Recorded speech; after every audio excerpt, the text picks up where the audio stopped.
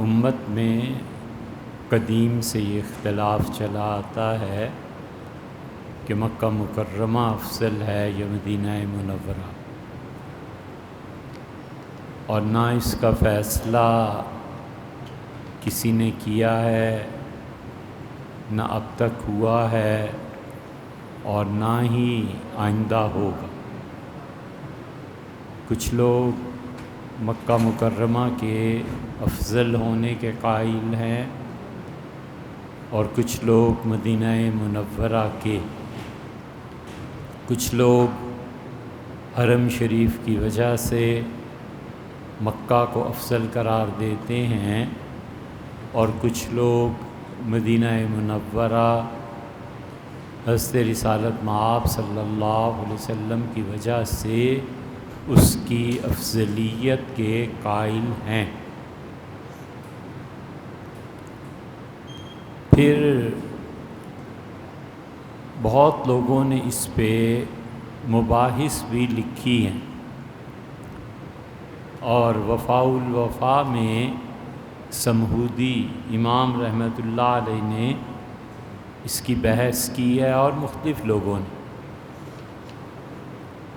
لیکن مدینہ منورہ کی افضلیت میں ایک چیز یہ بھی ہے کہ اللہ نے اس شہر کی قسم کھائی ہے، اور دنیا بھر میں یہ دستور ہے کہ جس کو جس چیز سے زیادہ محبت ہوتی ہے وہ اس محبت کے اظہار کے لیے اور لوگوں کو ہمیشہ ہمیشہ اس محبت کی طرف متوجہ کرنے کے لیے اس چیز کی قسم کھاتا ہے۔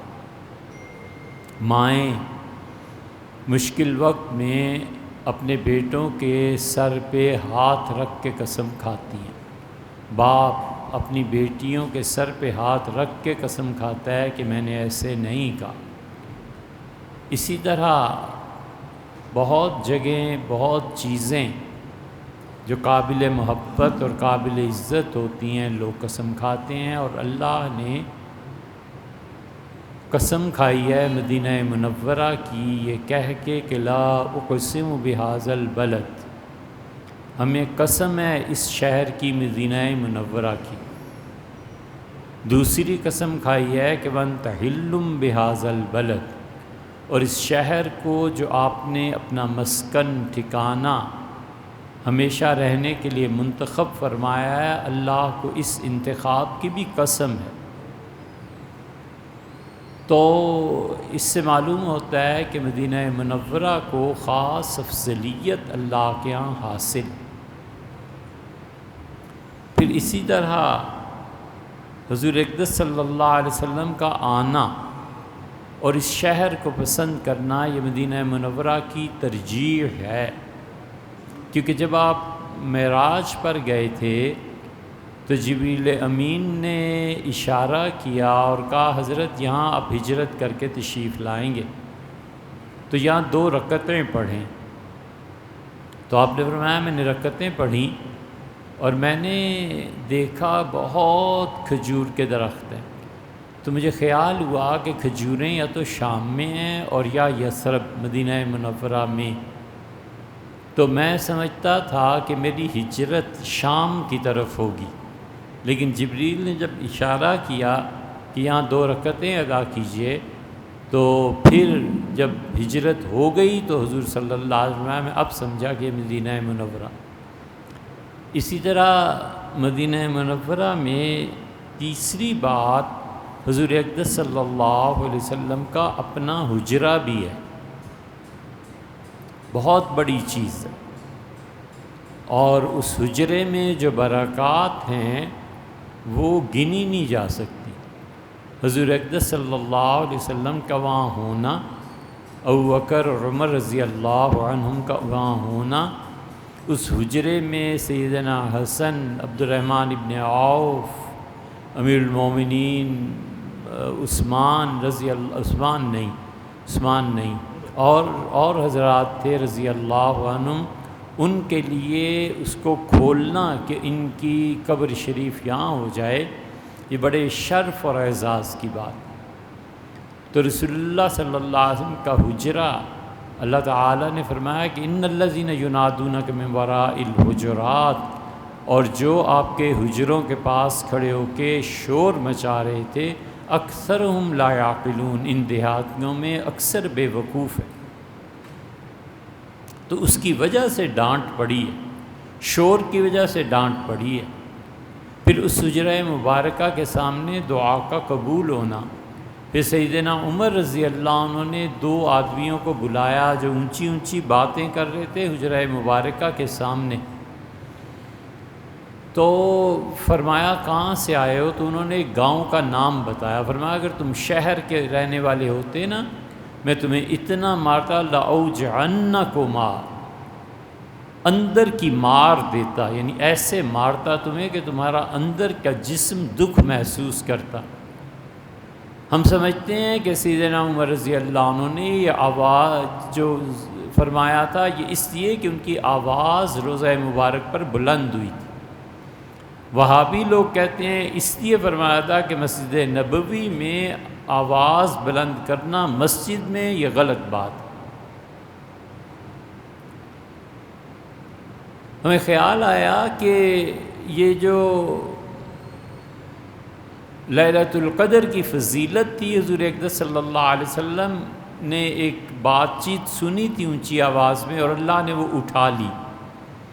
اگر بر بنائے مسجد ہوتا تو پھر وہ سیدنا عمر رضی اللہ عنہ سے پہلے ہے یہ واقعہ، تو رسول اللہ صلی اللہ علیہ وسلم دونوں کو بلا کر بھی تو کچھ ڈانٹتے مارتے اگر مسجد کی بنا پر ہوتا۔ یہ رسول اللہ صلی اللہ علیہ وسلم کے ادب میں کمی کی وجہ سے ہوا، اس لیے سیدنا عمر رضی اللہ عنہ نے سزا دینے کا ارادہ کیا۔ حتیٰ کہ وہ مٹی جو حضور اقدس صلی اللہ علیہ وسلم کے جسد مبارک کے ساتھ مس ہو رہی ہے، علماء نے اسے اللہ کے عرش سے افضل قرار دیا۔ تو اس لیے مدینہ منورہ کو، اس کی تاریخ کو افضل قرار دیا گیا۔ پھر 5ویں بات، احد کا پہاڑ وہاں ہے جو دنیا میں کہیں نہیں ہے۔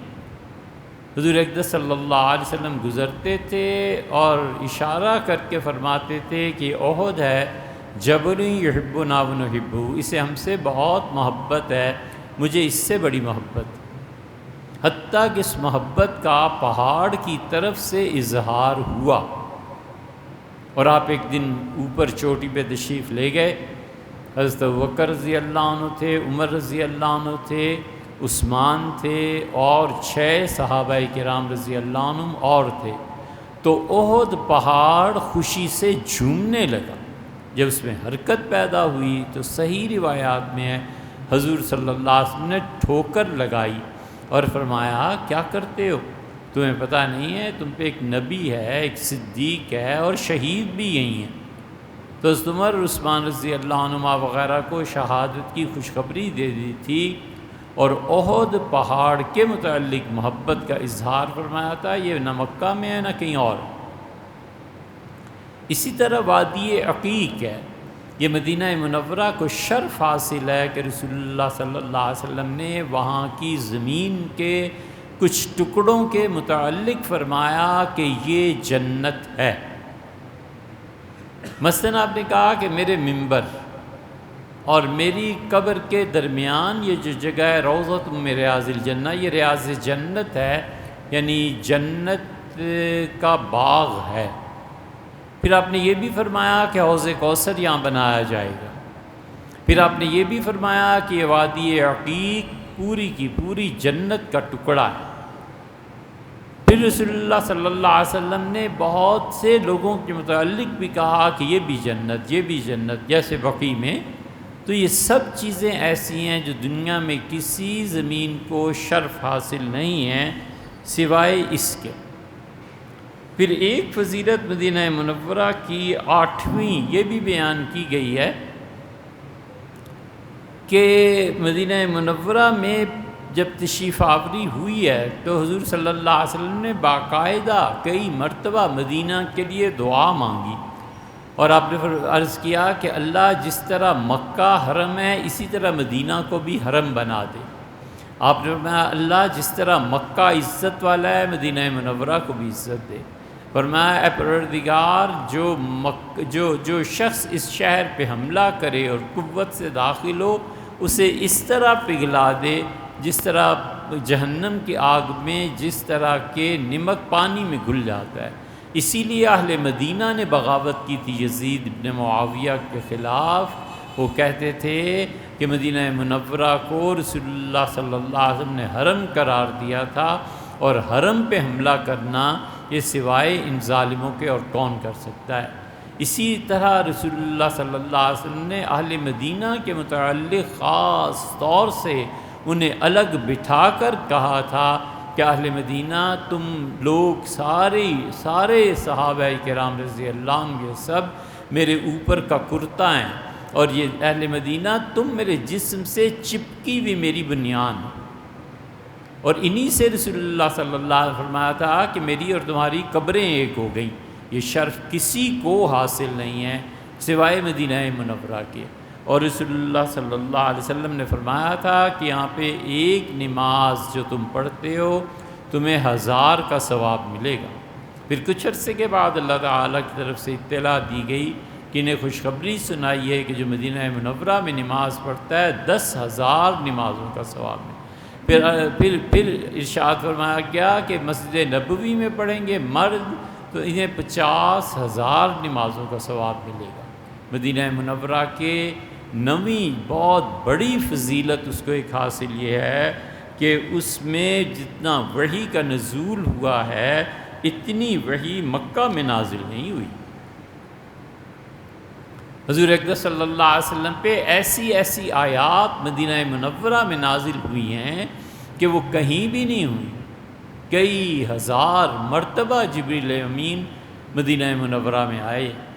کسی شخص نے ام المومنین حضرت عائشہ رضی اللہ عنہا کے متعلق ایک جملہ کہا تھا تو منع فرما دیا، کسی خاتون نے کہا منع فرما دیا۔ پھر ایک دفعہ فرمایا تم عورتوں میں سے صرف یہ عائشہ ایک اکیلی ایسی ہے کہ میں اس کے ساتھ بستر میں لیٹا ہوا ہوتا ہوں تو اللہ کے فرشتے وحی لے کے آ جاتے ہیں۔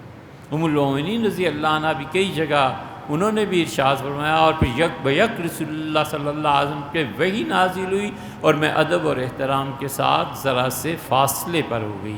تو یہ مدینہ منورہ کی یہ خصوصیت ہے کہ اس کے نام بھی بہت ہیں، طیبہ ہے، طابہ ہے، مدینہ ہے، اور بہت سے نام ہیں۔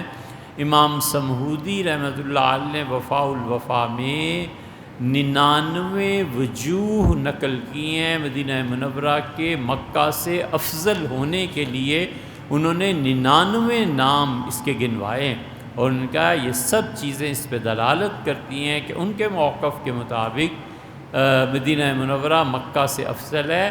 اور یہ وہ چیز ہے جو بعد میں رہی ہے، امت میں علماء دونوں طرف گئے ہیں، کوئی بھی فیصلہ نہیں کر سکتا۔ امام احمد رضا خان صاحب نے مدینہ منورہ کی تعریف اور اس کے افضل ہونے اور روضہ پاک اور رسول اللہ صلی اللہ علیہ وسلم جن راستوں پر چلتے تھے ان راستوں پہ صحابہ کرام رضی اللہ عنہم ایسے تھے جو کنارے پر چلتے تھے کہ ہم اپنے آپ کو اس نسبت سے کہتے تھے کہ ہم اس قابل بھی نہیں ہیں کہ پاؤں مبارک جہاں پڑا ہے ہمارا پاؤں بھی وہاں پڑے۔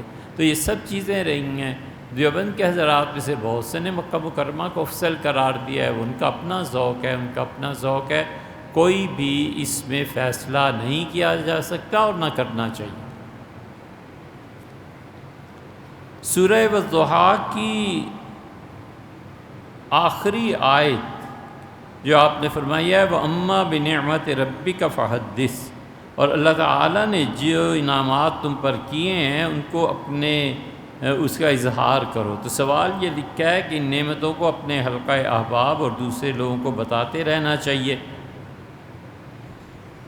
اس بات پہ قدم ہی نہیں رکھنا چاہیے بھیا۔ بس اللہ نے جو نعمتیں کی ہیں انہیں استعمال کرے، لوگ دیکھ لیں گے۔ یہ بالکل آیت کریمہ اپنی جگہ پہ حق ہے۔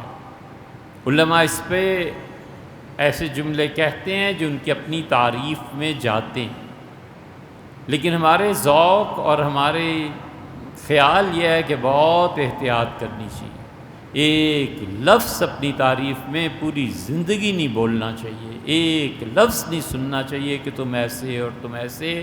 یہاں سے شرک کی راہ کھلتی ہے، یہاں سے اپنے تقدس کی راہ کھلتی ہے، یہاں سے اپنی پاکیزگی کے دعوے بلند ہوتے ہیں۔ اور پھر کون ہے جو حضرت کو عرض کر سکے کہ حضرت یہ غلط تشریح ہے؟ کون ہے جو یہ کہہ سکے کہ حضرت یہ حدیث نہیں ہے، آپ جو کچھ کہتے ہیں یہ غلط بات ہے، یہ آپ کا فعل غلط ہے؟ وہ اس لیے کہ اپنی شخصیت کا بت پورا سمایا ہوا ہوتا ہے نا اندر، تو اندر کے اس بت پہ کوئی مرید ضرب لگا دے، استغفر اللہ، توبہ توبہ، وہ تو راندہ درگاہ ہو جاتا ہے، وہ تو ہمیشہ کے لیے جہنمی قرار پاتا ہے۔ اس لیے اس دروازے کو بھول کے بھی نہیں کھولنا چاہیے کہ میں اچھا۔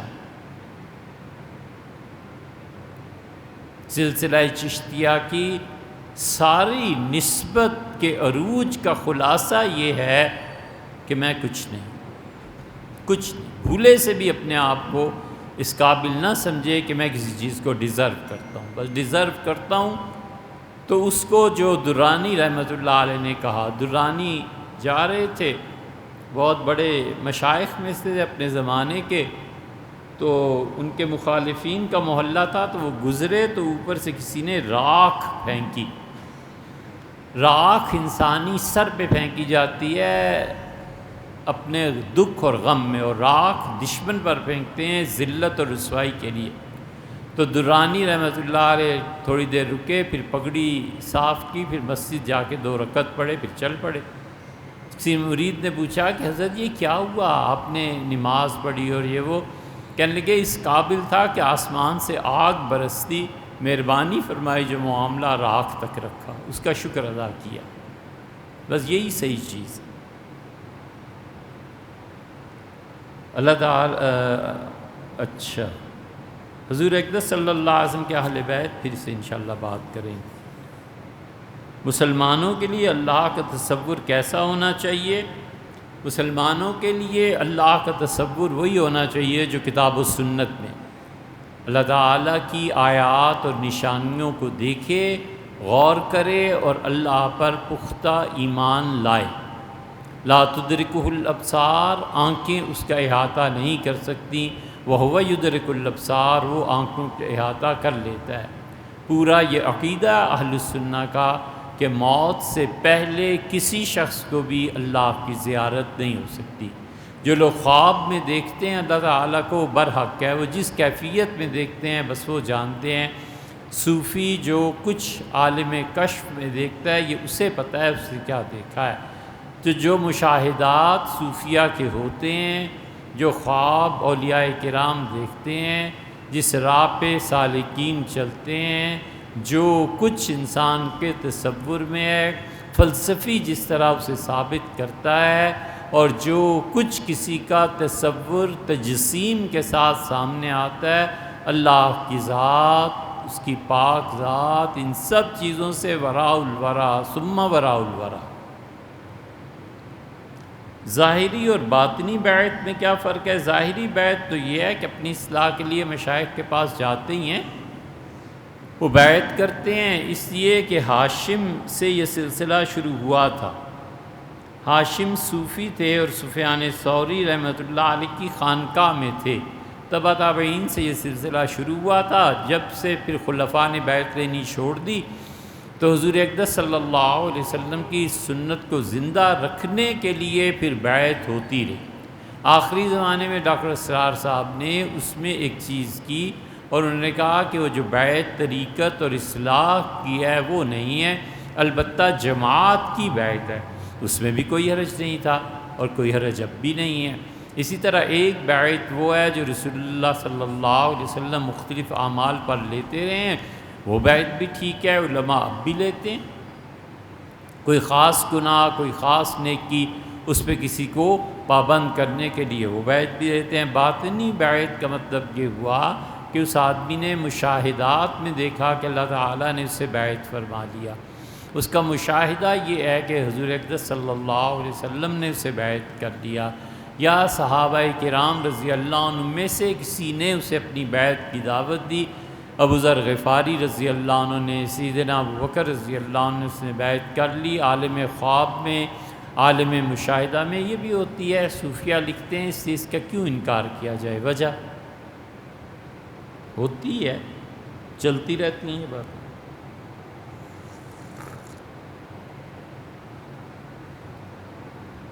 اس پہ نہ برا منانا چاہیے نہ اس کی تردید کرنی چاہیے۔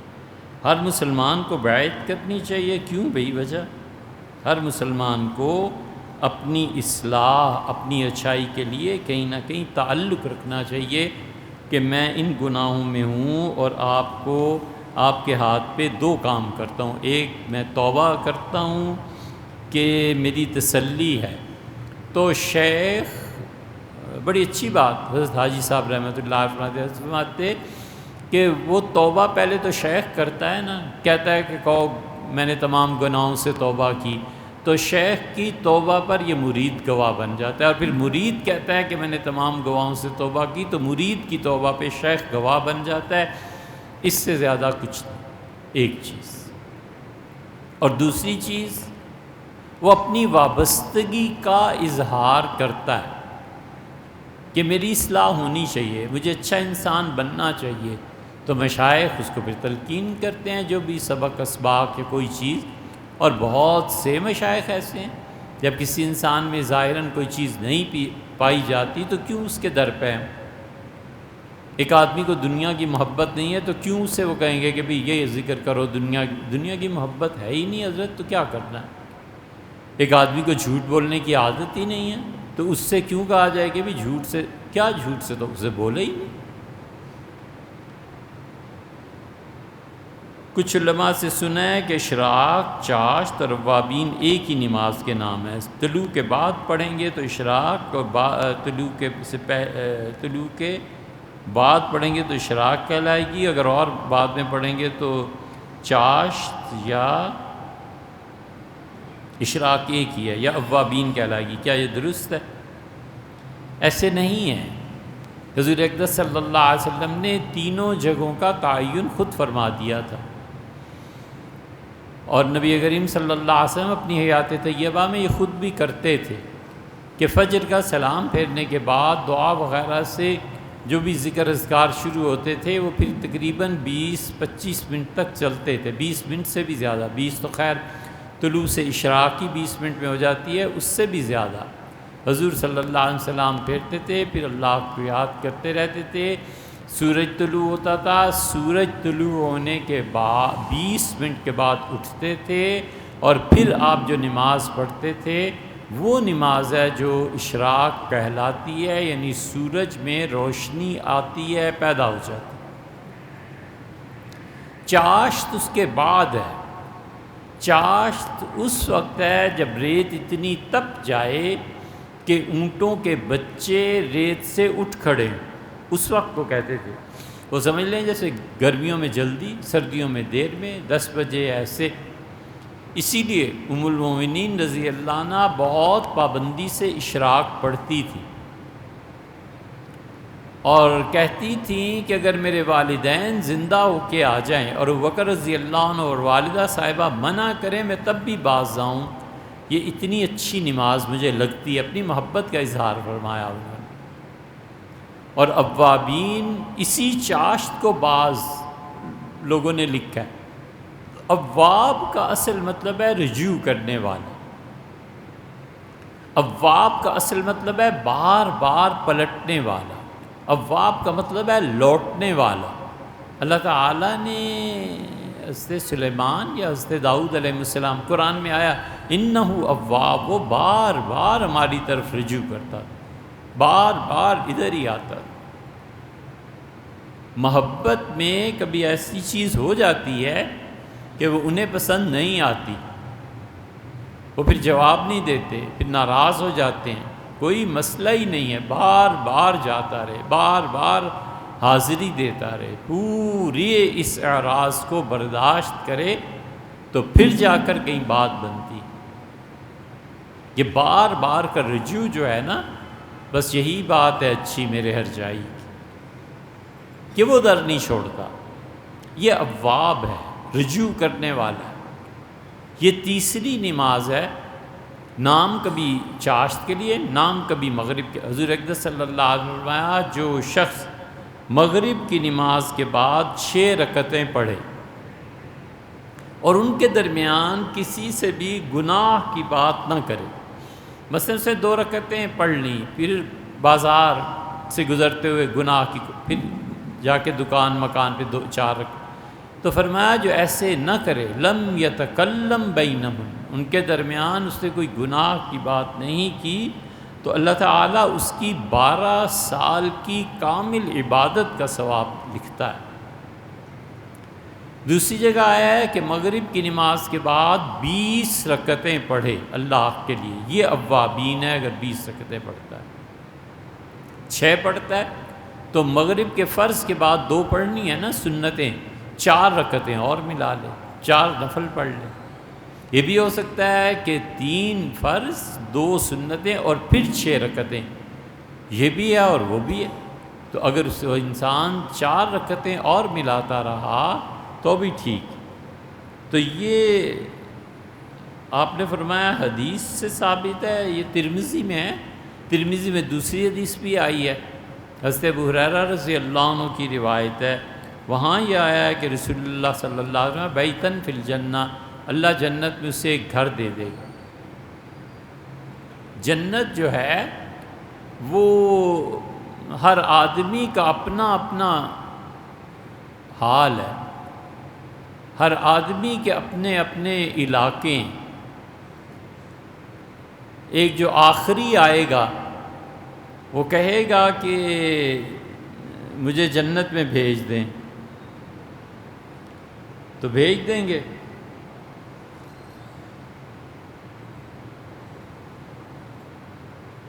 جنتی پوچھیں گے تمہارا گھر کہاں ہے، جگہ ہی نہیں ملے گی، وہ واپس آئے گا یہ آخری ہے۔ اللہ تعالیٰ اس سے کہیں گے کہ اچھا جگہ نہیں ملی تو پھر ایسے کرو جو دنیا تم چھوڑ کے آئے تھے، کرۂ ارض، ویسی زمین دے دیں۔ وہ کہے گا پروردگار عالم آپ تو پوری کائنات کے شہنشاہ اور یہ میرے ساتھ کیسی بات مزاح فرماتے ہیں؟ تو اللہ تعالیٰ فرشتوں کو کہیں گے جاؤ اور اسے جس کرۂ ارض کو چھوڑ کے آئے اس سے 10 گنا بڑی دنیا دے۔ اللہ کے لیے کیا مشکل ہے، قدرت ہے نا، وہ صرف ارادہ کر لے کسی چیز کا تو بس کافی ہے۔ اسی لیے تو اللہ نے کہا مَمَّعَهُ، ان سے کہو کہ تم عیسیٰ علیہ السلام کے متعلق یہ سمجھتے ہو کہ خدا ہے، یاد رکھو اس پوری کائنات اور جو کچھ اس میں ہے اگر ہم جہنم میں پھینک دیں اور بھسم کر دیں جہنم کی آگ اس ساری کائنات کو، کون قُلْ فَمَن يَمْلِكُ مِنَ اللَّهِ شَيْئًا، ان سے پوچھو کون ہے جو خدا کی اس حکم کو نافذ نہ ہونے دے۔ اس زمین کی بندشیں ہیں، اربوں سال سے سورج اپنے محور پہ، زمین اپنے محور پہ نکل نہیں نہ سکتے، اور اگر یہ تنابیں رسیاں جس سے خدا نے کشش ثقل میں انہیں باندھ رکھا ہے، اگر اللہ اس زمین کی تنابیں کھول دے تو 6 سے 8 گھنٹے لگیں، سائنٹسٹ کہتے ہیں جہنم میں، جو مانتے ہیں وہ کہتے ہیں جہنم میں جا گرے اور بھسم ہو جائے، اور کوئی جانے ہی نہ کہ کبھی ایک کائنات تھی، اس میں انسان بسا کرتے تھے، اس میں بڑی طاقتیں ہوا کرتی تھیں، ظالم و مظلوم، کچھ نہ پتہ چلے، سب بھسم ہو جائے اور کائنات کا نشان وجود تک مٹ جائے، کوئی یاد کرنے والا بھی نہ ہو۔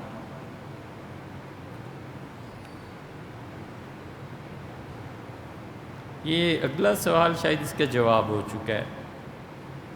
اہلیہ اور خود اکاؤنٹ کے مالک ہیں، مشترکہ اکاؤنٹ ہے، اور وفات جب ہو جائے تو پھر کیا ہوگا، وفات ہو جائے گی تو پوری رقم اہلیہ نہیں لے سکتی، بچوں میں تقسیم ہوگی، اور جو حصے بنتے ہیں شرعی طور پہ اس میں تقسیم ہوں گے، سوائے اس کے کہ اس نے مرنے سے پہلے کہہ دیا ہو کہ یہ ساری جو چیزیں ہیں میں آپ کو عنایت کرتا ہوں، یہ آپ کی ہیں۔ مسافر امام کے پیچھے مقیم مقتدی ہو، تو 2 رکعت کے بعد جب سلام پھیرے تو باقی 2 رکعت میں مقتدی خاموش رہ کے باقی نماز پوری کرے. کیا یہ مسئلہ ٹھیک ہے؟ بالکل ٹھیک ہے بھیا. امام نے 2 رکعتیں بڑھائیں اور مسافر تھا اس سے سلام پھیر دیا. جو مقیم مقتدی تھے وہیں کے رہائشی، وہ جب کھڑے ہو کے 2 رکعتیں پڑھیں گے تو وہ اتنی دیر تیسری رکعت کے لیے کھڑے رہیں گے جتنی دیر میں سورہ فاتحہ پڑھی جاتی ہے. پھر رکوع کریں گے، تسبیحات پڑھیں گے، پھر سجدے میں اپنی تسبیحات، باقی ایسے ہی. یہ فاتحہ کے بقدر وہ لوگ چپ رہیں گے، کیونکہ ابتدا جہاں سے شروع ہوئی تھی حنفی فقہا کے نزدیک ابھی اس کی ابتدا باطل نہیں. امام اٹھ کے چلا جائے یا کچھ بھی ہو، حتیٰ کہ امام کا وضو بھی نہیں رہا تو بھی وہ مقتدی جو ہیں وہ اسی حکم کے پابند ہیں.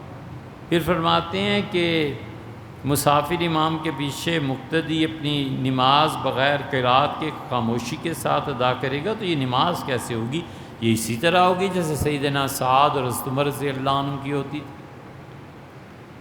سیدنا سعد رضی اللہ عنہ کہتے تھے مجھے پتہ چل جائے کہ کسی شخص نے امام کے پیچھے فاتحہ پڑھی ہے تو میں اس کا منہ پتھروں سے بھر دوں تاکہ زبان ہی نہ ہلا سکے. سیدنا عمر رضی اللہ عنہ کو بھی ایک اثر ہے اس میں، بہت اس پہ بحث ہو چکی بھیا. رکوع کے بعد اور 2 سجدوں کے درمیان جو کلمات بتائے جاتے ہیں کیا وہ فرض نماز میں بھی پڑھے جا سکتے ہیں؟ اصول کی بات ہمیشہ یاد رکھنی چاہیے کہ نماز جتنی بھی طویل پڑھی جائے پہلا پیمانہ تو یہ ہے کہ اگر وہ سنت کے مطابق ہے تو کوئی طویل نماز نہیں. حضور اقدس صلی اللہ علیہ وسلم عصر کی نماز میں وہ صورتیں پڑھتے تھے جو صورتیں سورہ بروج کے بعد ہیں. ظہر کی نماز میں وہ صورتیں پڑھتے تھے جو سورہ حجرات سے لے کے سورہ بروج تک ہے. حضور اقدس صلی اللہ علیہ وسلم فجر میں اور ظہر میں دونوں قراتیں اتنی لمبی کرتے تھے. صحابہ رضی اللہ عنہ کہتے ہیں اذان کے بعد آپ نماز شروع فرماتے تھے، ہم اپنے گھروں سے نکلتے تھے اور طہارت کے بعد وضو کرتے تھے اور مسجد نبوی میں آتے تھے اور رسول اللہ صلی اللہ علیہ وسلم بھی پہلی رکعت میں ہی ہوتے. یہ فجر اور ظہر یہ دونوں میں ایک ہی قرات. کبھی جلدی نہیں کرنی چاہیے. ایک ہی تو چیز ہے یار نماز، کے علاوہ ہم کرتے کیا؟ کبھی جلدی نہیں کرنی چاہیے. بڑا غنیمت ہے وہ لمحہ جو اللہ کی عبادت میں گزرے، خدا کے سامنے سر جھکانے میں، رکوع میں گزرے، اس شہنشاہ کے سامنے کھڑے ہونے میں، ہاتھ باندھنے میں. یہ بڑی عزت ہے، بہت زیادہ عزت ہے. حدیث میں آیا ہے کہ بندہ جب نماز شروع کرتا ہے تو اللہ رحمت کی پہلی تجلی اس پہ ڈالتا ہے، اور وہ بندہ ادھر ادھر کی سوچتا ہے تو اللہ کہتا ہے میں اس کو دیکھ رہا ہوں اور یہ دیکھو کیا کدھر جا رہا ہے. پھر دوسری ڈالتا ہے، اللہ کہتا ہے میں دیکھو اس پہ مہربانی کرو یہ کیا سوچتا ہے. اور پھر اللہ کہتا ہے اچھا تیسری مرتبہ بھی تیسری تجلی نہیں پڑتی. اللہ کہتا ہے چھوڑو، اس نے ہمیں چھوڑ دیا، ہم نے اسے چھوڑ دیا. من بتو و تو ب امر و زید، میں تمہاری طرف ہوں، محبت کر رہا ہوں اور تم کسی اور خیال اور چکر میں پڑے ہوئے. تو بناز عجب من بنیاز عجب، میرا محبوب کس نیاز مندی اور کس محبت کے ساتھ مجھ سے باتیں کرنا چاہتا ہے، اور میری بدبختی اور حال دیکھو. من بناز عجب، مجھے اپنی ذات سے ہی فرصت نہیں مل رہی کہ میں اتنا خوبصورت اور میں اتنا اچھا. شرم کو ادھر دیکھو جو تم سے محبت کا اظہار کر رہے ہیں. تو اس لیے پہلی صورت تو یہ ہے. حضور اقدس صلی اللہ علیہ وسلم کی نماز سے زیادہ ہو تو اعتراض ہے، نہ ہو کچھ نہیں کہا جا سکتا. حضور اقدس صلی اللہ علیہ وسلم ایسی نماز پڑھتے تھے. ایک معیار ہے، اور دوسرا معیار یہ ہے کہ رسول اللہ صلی اللہ علیہ وسلم جو بھی جملے تسبیحات کے حمد کے پڑھا کرتے تھے، اگر مقتدی کہیں ناراض نہ ہوں اور امام نے انہیں عادی بنا لیا ہے، یا وہ خود بخود اتنے اچھے ہیں کہ کہتے ہیں یار شکر ہے نماز پڑھنے کو ملی، تو ان سب صورتوں میں نفل اور فرض نماز دعا کے اعتبار سے برابر ہے۔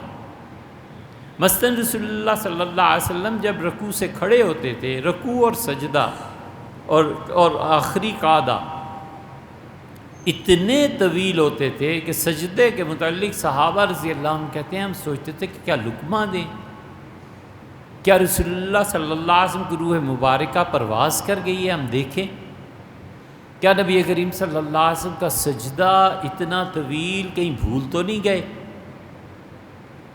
تو جب تکبیر کہتے تھے تو پتہ چلتا تھا کہ حیات طیبہ ہے۔ آخری قعدے میں اتنا لمبا حضور صلی اللہ علیہ وسلم سے کر دیتے تھے۔ نماز کا پہلا قعدہ جو ہے 2 رکعتوں کے بعد کا، اسے جلدی پڑھتے تھے، حتیٰ کہ ابن مسعود رضی اللہ عنہ کا اتنی جلدی رسول اللہ صلی اللہ علیہ وسلم اٹھ جاتے تھے جیسے کوئی ریت سے تپی ہوئی ریت پر بیٹھا ہو، اور ساری دعائیں مانگتے تھے۔ اب ایک آدمی رکوع میں ہے، حضور صلی اللہ علیہ وسلم کیا پڑھتے تھے؟ سبوح قدوس ربنا ورب الملائکۃ والروح، اللہم انی رکعت وبک آمنت، یہ بھی ایک طویل دعا۔ سجدے سے رکوع سے آپ نے پوچھا ہے کہ کھڑے ہونے پہ، تو رکوع سے جب کھڑے ہوتے تھے حضور اقدس صلی اللہ علیہ وسلم، آپ نے تحریر فرمایا کہ رکوع کے بعد، تو رکوع کے بعد قوما ہے، حضور اقدس صلی اللہ علیہ وسلم ہمیشہ پڑھتے تھے اللہم ربنا ولک الحمد۔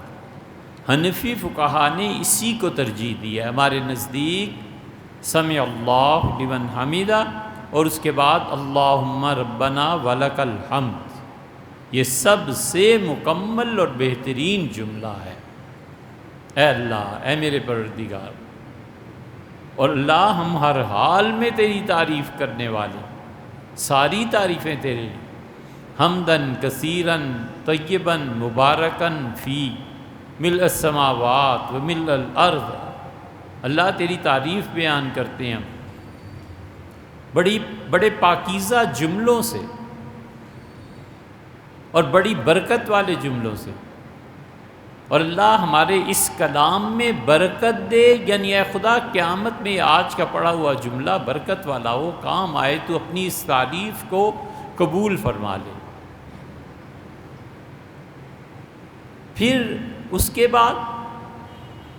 کے بعد وہ اللہم لا مانع لما اعطیت ملء السماوات، اللہ میں اتنی تعریف کرتا ہوں کہ آسمان کا چپا چپا اس تعریف سے بھر جائے، وملء الارض، اور اللہ زمین جتنی وسیع ہے، ایک ایک گوشے کونے اور ہر ذرے کے ساتھ تیری تسبیح ہے جتنی یہ تعداد ہے، اور اللہ آسمان اور زمین کے درمیانی خلا تیری حمد و ثنا سے بھر جائے، وَمَا مَا شِئْتَ مِن بَعْدُ، اور اللہ جتنی تو چاہتا ہے نا، میں اللہ اسی قدر تیری تعریف کرتا ہوں۔ اللہم لا مانع لما اعطیت ولا معطی لما منعت ولا راد لما قضیت ولا ینفع ذا الجد منک الجد لربی الحمد ربی الحمد ربی الحمد، بار بار رسول اللہ صلی اللہ علیہ وسلم دہراتے تھے۔